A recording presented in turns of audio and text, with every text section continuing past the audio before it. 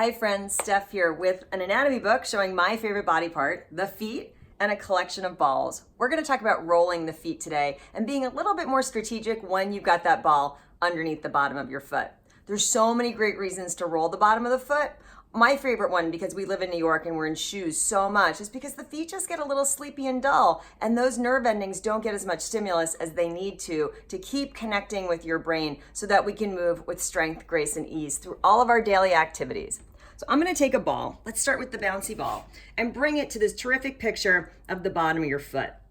I'm going to put that ball on the heel. You can see I've got a little pressure there, so I'd put some pressure down on the ball, and I'm going to roll along the length of that plantar fascia, that deep connective tissue that so many of you know that vampires bite of when it gets cranky on us, right? And you'll go up and down. You can go into your toes too, for sure. And you would do that a few times, being very thoughtful to stay with the flow of the muscles and the connective tissue. Then, to provide a contrast, I'm going to take the golf ball now and show you, you would go side to side, right? As if you were flying from east to west, right? And as you go side to side, that cross grain massage helps to wake up your feet in a different way, and it also breaks up some adhesions and knots that can get a little sticky in here.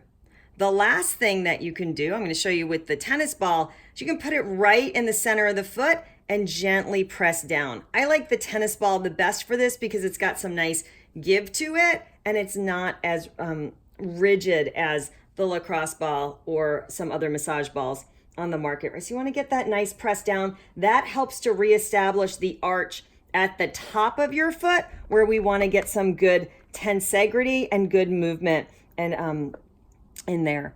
So you've got some sense now of what's actually happening at the bottom of the foot. So next time you put a ball in there, you can say, all right, let's be a little bit more thoughtful and strategic about how we're rolling, and that'll help us feel better throughout our day. Thanks so much.